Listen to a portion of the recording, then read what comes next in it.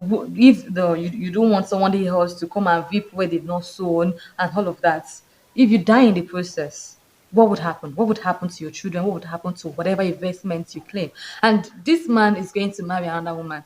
Definitely, even if he doesn't marry another woman, how are you even sure that your children are safe in his hands? Someone that is constantly abusing.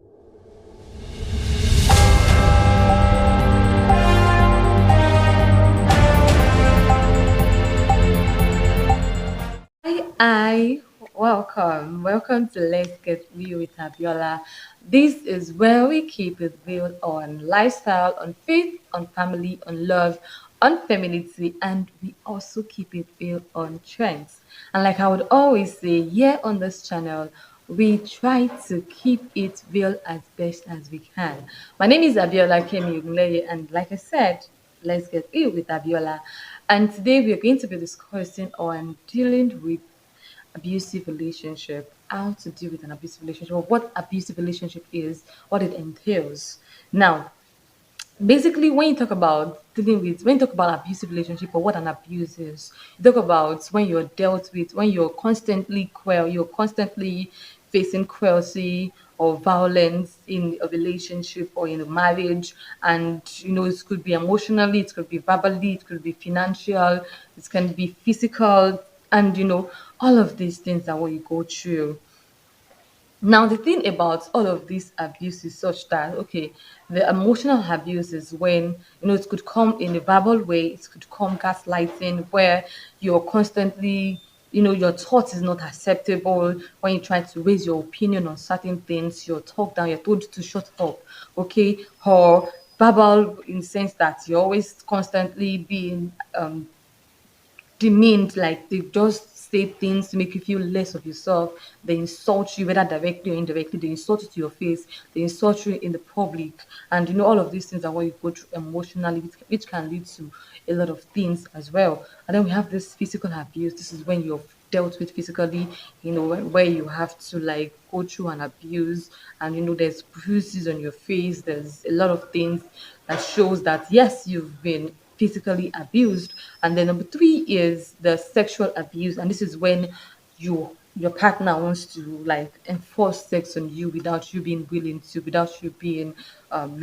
saying that you're not willing, like you're not willing to have sex with the person, and the person just wants to force himself on you, regardless of what your opinion is. That is the sexual abuse. Your opinion is not needed in such. And number four is the financial abuse, and the financial abuse is such that you're making your own money, but you're not entitled to it. Your money, or maybe the stream to the family income, you're not entitled to it. So you always have to constantly depend on your partner for finance, and the person does not like always like the person would always abuse you financially in that regard, not giving, even though you're entrusting everything in his care, he's still not doing his bit, or she's still not doing her bit to ensure that this money goes around, this finance goes around, and you're constantly having to deal with that. Now, the thing here about abuse is such that women are mostly victimized in an abusive relationship compared to men. And although men are also, they also go through abuse, definitely, men also go through abuse, but women are most of the time victimized in such a case. Now, the thing is, why do people stay? Why do people, that you're abused, either emotionally, either financially, either in whole, whatever, sexually, physically, why do you stay? Now, I'm going to make a quick reference to a friend. I used to have a friend, and, I had experienced that one, or even more than once, I would experience the man, the father of my friend, raise his hand on my friend's mother. And, on those occasions, I would, seeing all of these at maybe such a relatively young age, and I would wonder why would someone do such a thing, raise his hand on his wife. But based on, I didn't really have much knowledge per se at the time, but I remember that people would ask that woman, and they will see her bruises, and then they will ask her that why does she stay, why is she still in that relationship, in that marriage. And she would say that she had gone through a lot of things for the man, and why would she leave that man? when she could, when and another person would take her place, and a lot of things, all of this is such that she feels that her life is dependent on that marriage. And because maybe the man is doing well in some regard, maybe financially or thereabout, and because of the things she could get in that marriage, she feels that it would be a loss for her, to leave such a marriage. And that is why people stay for so many reasons. Now for me, now I realized something quick, something in what I would call, maybe not necessarily, it's not a physical abuse definitely, but I realized that there was a relationship I struggled with living. And the reason was because I just kept on giving myself reasons, and it made me understand something, that it was evident for me that I needed to leave, but I wasn't leaving because I was allowing a lot society determine things for me, until I had to like give myself the right sense that, oh, lopolo, jimasu. I need to like just think like. And I realized a lot of people just give themselves these reasons and say things like, okay, is the person that is virgin me, or okay, is the person that is the father of my children, or is the person that um is the soul, is the one that gives in the, I mean, a lot of reasons, or maybe it is my destiny. That's what my destiny is. So I should, mama bayuni, I will just be there regardless. And all of these reasons are the reasons why people stay. They stay because they feel that if they leave, it is going to be at their own detriment, it's going to be at their own loss. And because of what the standard you've kept for yourself, okay, especially if you intend to like marry someone who is virgin to you, and you happen to have, a lot of things happen, and the person is virgin to you, and you feel that you're entitled to the person, you're entitled to marry that person. And even if you marry that person, regardless of whatever you face in that relationship or in that marriage, it doesn't matter, as long as you maintain your standard as a person. And you realize that you give yourself all of these clauses, all of these reasons, all of these insane reasons to stay. To be honest, it's insane because you're going through something that you know that you don't have the control, especially when it is even before the wedding. But when it is before you tie the knots, you don't have the control to change this person.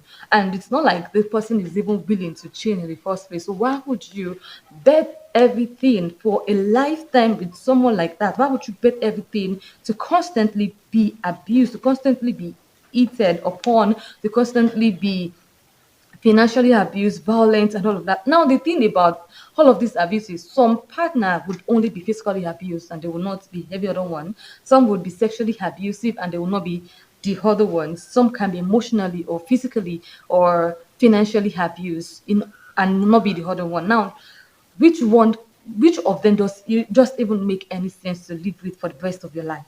Like, which one of them make any sense? Now you could say that, Abiola, it is not as easy as it sounds. I know it is not as easy as it sounds, but how do you feel living the rest of your life and you're not happy? What's the essence of living and you're not happy? What's the essence of living and you're not at peace? You're constantly waking up, you're constantly looking over your shoulder, and this person is not even just your friend, this person is your partner, is the person you love. How do you want to live the rest of your life like that? Like, how? Now, the thing also, a quick one that I still want to talk about is that, um how does their negligence affect the children? How does it affect the children? Now, the thing about this abusive relationship is, you think that children don't see things, like they don't see what you go through, but they do. They see much more than you even think of. They see a lot of things. And whether you like it or not, if you're not careful, they would either build a defensive mechanism on it, or they would either be influenced by it. They can be defensive or they can be influenced, regardless of, depending on the child or depending on the society. If it happens that the society deals with them or make them feel that, okay, yes, it's okay to abuse a woman, or it's okay to be abused, they will feel that that's the standard of living. It just affects a child's thinking.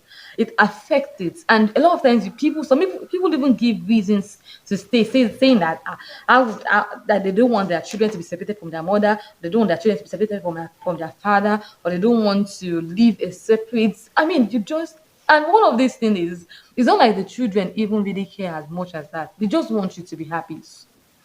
I mean, your happiness really, really, really counts. And who benefits more in an abusive relationship? Who do you think benefits more? Is it you that you're constantly being abused, or the person that is abusing you, or someone that doesn't really care about how you feel? Definitely, it's not you, because you're losing. You lose more than you gain.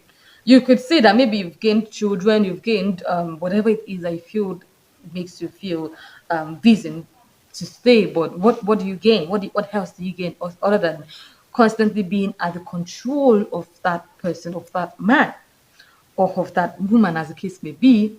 Now, the thing also is that, when do you need to leave? When do you need to leave an abusive relationship? Okay, so I'm going to say that when you should leave is when, if okay, okay, so I'll say it in two aspects. I'll say it in a relationship aspect, and I'll say it in a marital aspect.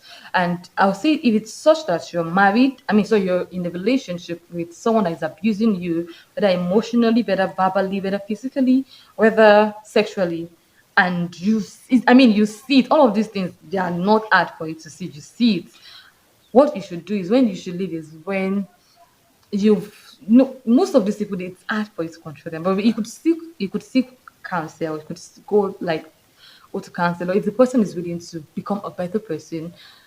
However, if the person does not show any signs of change, and the thing about this thing again is that they could even pretend like they change, but just use your discretion accordingly. Because I would say that I should not risk it. I would personally say, don't risk it.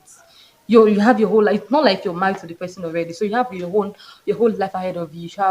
You can make another choice. It's better to be. Someone would say that it's better to be in a broken relationship than a broken marriage. It's better for you to leave a relationship broken than for you to leave a marriage broken. Oh yeah, to go. And if you're married, I'm going to say that, don't give this. Yes, you want to justify yourself. You want to justify reasons for you to stay. But if you were like what the woman has said, saying that, if you don't want somebody else to come and reap where they've not sown, and all of that, if you die in the process, what would happen? What would happen to your children? What would happen to whatever investments you claim? And this man is going to marry another woman. Definitely, even if he doesn't marry another woman, how are you even sure that your children are safe in his hands? Someone that is constantly abusing you, how are you sure that you could groom your children? You're the one with the same mind.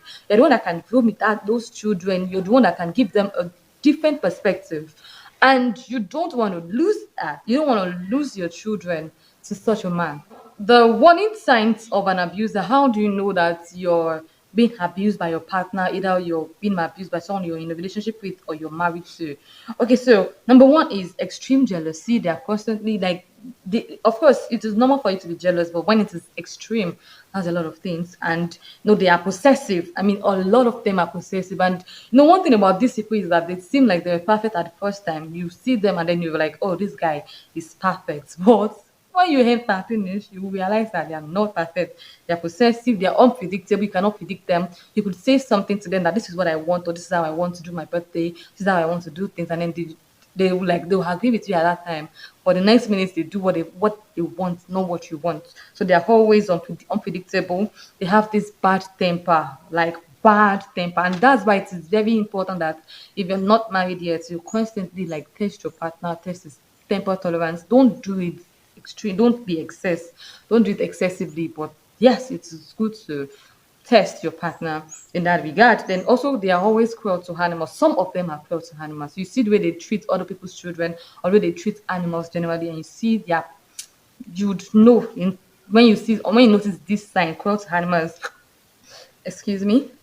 Now, we also have verbal abuse. We have extremely controlling behavior. They always want to control you, antiquated to believe about roles of women and men in relationship. They're always jealous and possessive, like I said, and they have this controlling behavior. They want to control you. They want to tell you how to live your life. If you tell them you have this dream, you want to be a designer, a well-known designer, this, they will tell you no, you're meant for the inside. Don't go and all of this is not even like they even told you before that they want a woman that would be a housewife or something. They will not even let you know. At least if you know, you would be able to discern that, okay, is it something I'm okay with? Some of them will not let you know. And then at the end of the day, you tell them you want to expand your business, and they will tell you, no, rather stay at home, be an housewife. And that is how so they always have this controlling behavior. They want to control your dreams, control your children, control a lot of things for you, restrict you from your family members and all of that.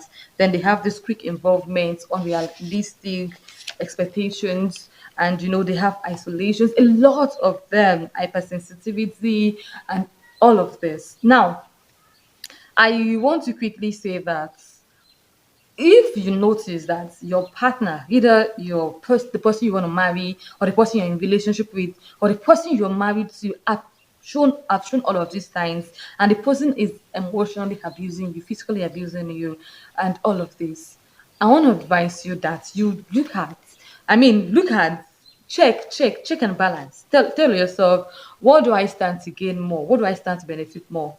And do I, whatever it is I'm benefiting, does it outweighs what I lose? Because trust me, there's no way what you benefit is going to outweigh what you lose. You're going to lose more than you benefit. You're going to lose your joy. You're going to lose your happiness. People that are abused, generally, they could, go into depression. They can have chronic disease. They can have a lot of things. Your health is going to be impaired, and you have to live for your children. You have to live for the people that loves you. And so what, just weigh them out, and you would realize that you would choose the best, just make the best choice for you, not best choice for your partner, not best choice, your own best choice. And look for how you can make the most of that choice.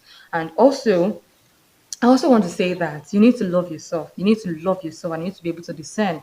Abusive relationship, regardless of what it is, you're not expected to live the rest of your life being second to none, being sidelined. You don't need to live the rest of your life like that.